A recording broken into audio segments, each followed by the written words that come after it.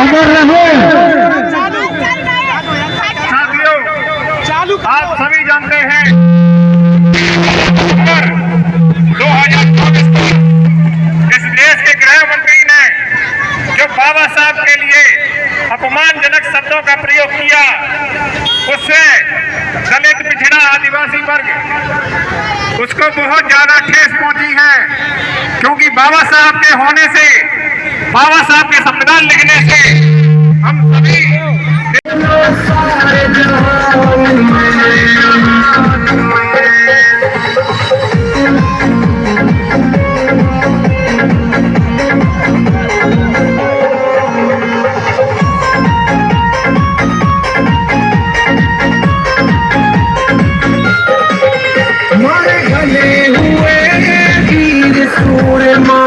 दुनिया में बलिदान दिया है, नाम पूछे भारत में जिनका आजादी का नाम दिया। भले हुए वीर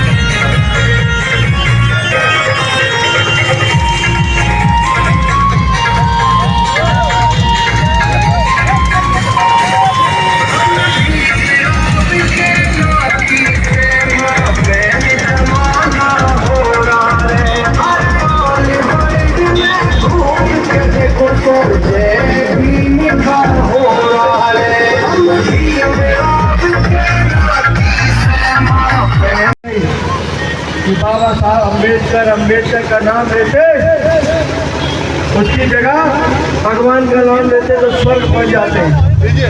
तो हम पूरे रास्ते अम्बेडकर का नाम लेते आए हैं और तुम्हारी स्वर्ग यात्रा हम लेकर आए हैं। और ये बाबा साहब के सामने हम सारे उनके बच्चे खड़े हैं। आज बाबा साहब ने हमारे जो भारत को जो सम्मान दिलाया दुनिया में, और भारत की महिलाओं को जो अधिकार दिए वो किसी से छुपे नहीं है।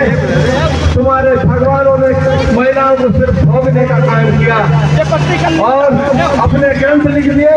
उसमें भगवान के बताए और उसमें लिख दिया कि नारी को कहीं भी स्वतंत्र नहीं रहना चाहिए और वो केवल भोगने की चीज है। बाबा साहब ने ऐसे ग्रंथों को अमान्य करते हुए संविधान में नल एंड वॉइड घोषित कर दिया। आज ऐसे मसीहा का अपमान तुम इसलिए करते हो कि तुम अनपढ़ हो और कातिल हो, गद्दार हो, लुटेरे हो, झूठे और मक्कार भी हो। हम जानते हैं कि तुमने लोकतंत्र की किस तरीके से हत्या कर रखी है। तुमने भाई से भाई को लड़ाया, तुमने हिंदू मुसलमान का दंगा फैलाया, और वो गरीब आदमी जो सड़क पर मजदूरी करता था उसके लिए संकट पैदा किया। तुम इतने दुष्ट हो कि तुमको ये पता नहीं है कि बाबा साहब ने इस देश के लिए क्या किया। क्योंकि तुम जिस कुर्सी पर बैठे हो वो कुर्सी भी बाबा साहब की दी हुई चैन है। तुम मुट्ठी भर लोग इस कुर्सी पर बैठने के लायक नहीं हो। तुम क्रिमिनल माइंड हो, तुमने अपराध किया, तुम जेल में रहे, तुम मक्कार और झूठ हो, तुम कातिल हो हमारे भारत के। भारत ऐसा देश जिसको दुनिया सोने की चिड़िया कहती। चिड़िया का मतलब सोने से नहीं है, यहाँ के लोगों की खूबसूरती से है। जो हमारा भाईचारा तुमने खत्म किया और तुमने बाबा साहब का अपमान करके भारत को गृह कले में घेरा। ये गृह कलह जो तुम कर रहे हो, हम जानते हैं तुम किस लिए कर रहे हो। तुम भारत के दुश्मन हो, भारत में अशांति फैलाना चाहते हो, तुम भारत को मिटाना चाहते हो। तुम धोखे से और ईवीएम के सहारे बन गए हो। तुम चोर हो, लुटेरे हो। तुम चाहे कितनी भी FIR कर लेना, ये आवाज रुकने वाली इसलिए नहीं है कि बाबा साहब ने हमको बोल दिया जो एक जानवर से इंसान बनाने का काम किया। आज हम लोग पढ़ गए, हमने शिक्षा भी महंगी कर दी ताकि हमारे बच्चे पढ़ न पाए। हमने शिक्षा पर GST लगा दी। अरे भाई, शिक्षा का काम तो सरकार को देने का काम होता है, सरकार की दायित्व है, लेकिन तुम लूटने का काम करते हो। तुमने स्वास्थ्य की दवाइयों पर और डॉक्टरों के फीस पर तुमने GST लगा दी। अरे बेशर्मो, जो डॉक्टर तुम्हारे जो मरीजों का, देशवासियों का जो काम कर रहे हैं, जो दवाइयाँ हैं, तुम उन पे GST लगा के लूट रहे हो। तुम भारत के दुश्मन हो। तुमने इस देश को जो गर्त में डाला है, आज हम भुखमरी की किस कगार में हैं। हमने नाश कर दिया। तुमको जाना होगा, ये हम लोगों ने फैसला कर लिया है कि ये भारत के लोग तुम जैसे गद्दारों को, हत्यारों को, लुटेरों को बर्दाश्त नहीं करेंगे और बाबा साहब का अपमान तो किसी कीमत पर बर्दाश्त नहीं करेंगे।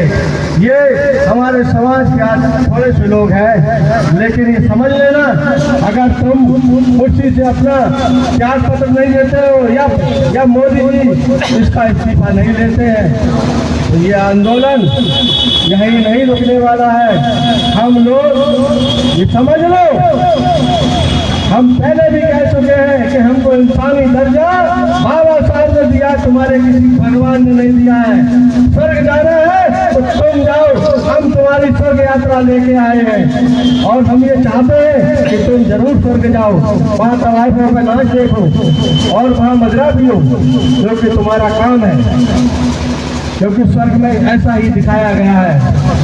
हम लोग इस धरती का भोग करेंगे, क्योंकि ये धरती हमारे बाबा साहब की है और ये भारत देश हमारा है। हम भारत के लोग हैं और तुम गद्दार हो, इसलिए तुम्हें जाना होगा। इसी के साथ मैं अपनी बात खत्म करता हूँ।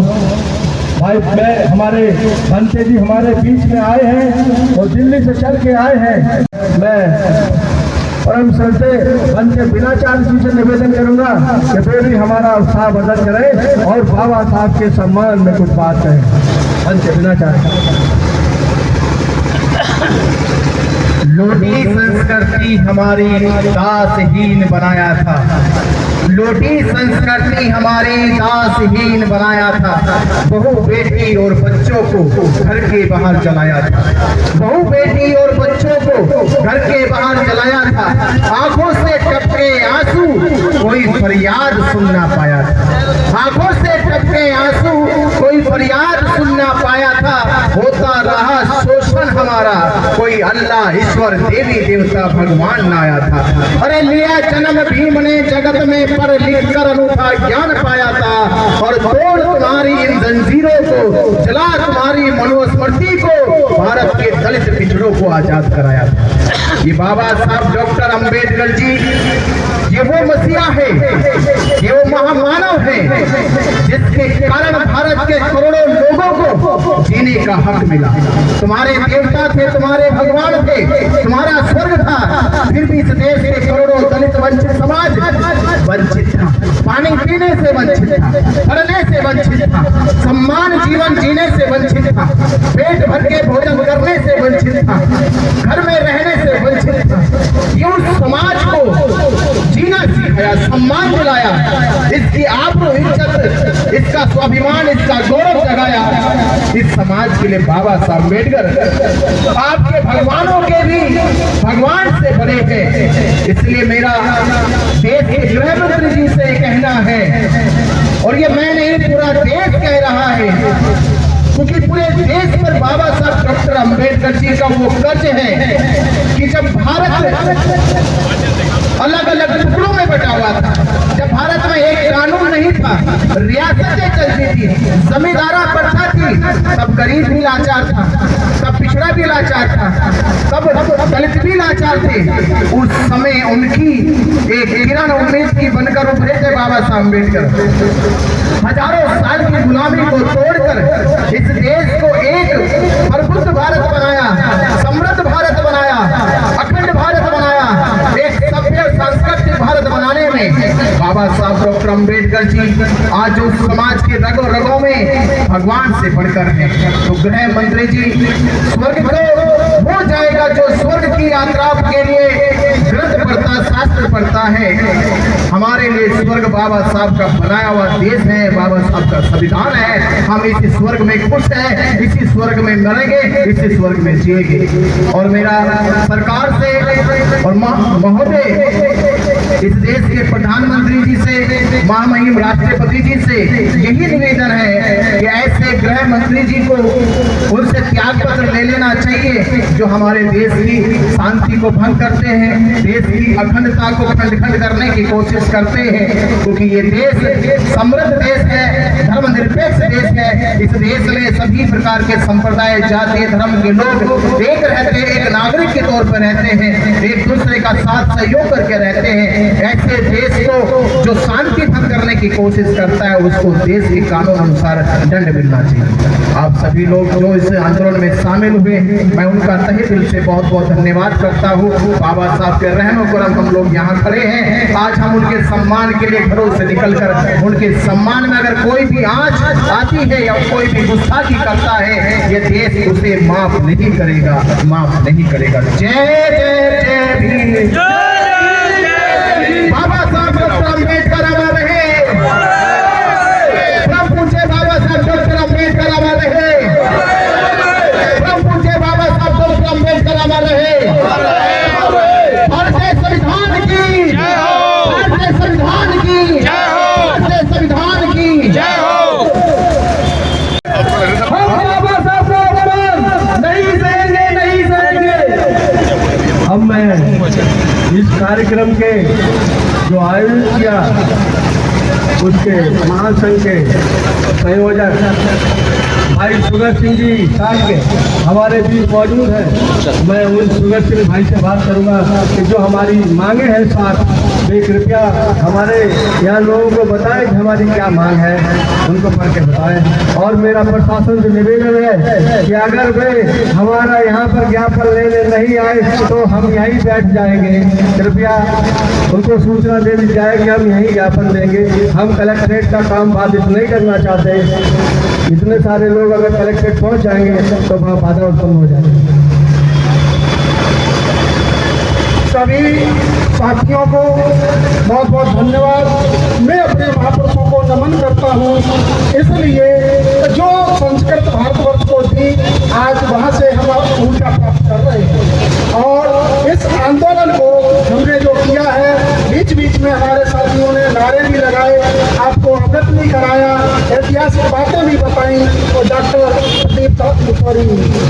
एडवोकेट प्रदीप सागर जी ने भी आपको अभी डिटेल से बताया। हमारे परम पूज्य भिक्षु ने भी हमें अवगत कराया है कि हमारा संविधान कैसा है और आप कैसा प्रयोग कर रहे हैं। और जो हमारी आज मांगे हैं वो महामहिम राष्ट्रपति मुर्मू जी को सौंपी जाएंगी। उसी में मैं एक एक करके अपनी मांगों को रख रहा हूँ। नंबर 1 में है संविधान निर्माता 140 करोड़ भारतवासियों के मसीहा और विश्व में भारत का मान बढ़ाने वाले बाबा साहब भीमराव अम्बेडकर का अपमान करने वाले गृह मंत्री शाह को तत्काल बर्खास्त किया जाए। बर्खास्त करो, बर्खास्त करो, बर्खास्त करो, बर्खास्त करो, अमित शाह को बर्खास्त करो, बर्खास्त करो, बर्खास्त करो। दूसरी मांग है अनुसूचित जातियां, जनजातियां, पिछड़ी जातियां और अल्पसंख्यक समुदाय के लोगों की रक्षा और अत्याचार को समाप्त करने के लिए अम्बेडकर थाना खोले जाए और जिसने अपराध कारित किए हैं उन अपराधियों के ट्रायल के लिए कोर्ट का निर्माण कर त्वरित कार्रवाई की जाए ताकि वे पीड़ित अवैध दबाव डालकर राजीनामा न करा सके या पक्षद्रोही न करा सके। तीसरी मांग है सभी भारतवासियों की जातीय जनगणना कराई जाए। शिक्षा स्वास्थ्य संबंधी, ये चौथी है, शिक्षा स्वास्थ्य संबंधी कार्यों को कर मुक्त किया जाए। पांचवी प्रतिज्ञा है, चुनाव प्रणाली को विश्वसनीय बनाने हेतु ईवीएम हटाकर बैलेट पेपर से चुनाव कराया जाए। छठी प्रतिज्ञा है, जजों की नियुक्ति में कॉलेजियम सिस्टम को समाप्त किया जाए और प्रवेश परीक्षा के माध्यम से सभी जातियों को उनकी संख्या के अनुपात में प्रतिनिधित्व दिया जाए। सातवीं प्रतिज्ञा है, जाति और शोषण का पूर्ण सभी नियुक्तियों में होने वाले साक्षात्कार को समाप्त किया जाए। ये हमारी मांगे हैं। और एक मांग है कि जितने हमारे जहाँ महापुरुष हैं उनकी जगह पर जो अतिक्रमण करके अपना जताया जाता है, ये आर्कियोलॉजी एविडेंस के साक्ष्य के द्वारा ही किया जाए। अन्यथा ऐसी कार्रवाई हर जगह करेंगे तो सोच लो आपका क्या हश्र होगा। आने वाला एक एक चुटकी यदि हम धूल भी डालेंगे तो आप दब जाओगे, मर जाओगे, कहीं के नहीं रहोगे। मैं सम्राट अशोक की वंशज है, तलवार रखती है तो थाना जी जानते। मैं अपनी वाणी को प्रणाम देता हूँ। नमो बुद्धाय, जय भीम, जय भारत। भगत सिंह का भारत है, अम्बेडकर पेरियर साहब का भारत है, गाड़गे जी महाराज का भारत है, सभी महापुरुषों का भारत है, किसी एक का नहीं है। आप जो खिड़की से नौकरियां दे रहे हो, हक हड़प रहे हो, ये सब जानते हैं। मैं तुम्हें आने वाले समय में सिखा के रहूंगा। जय मूल्यवान।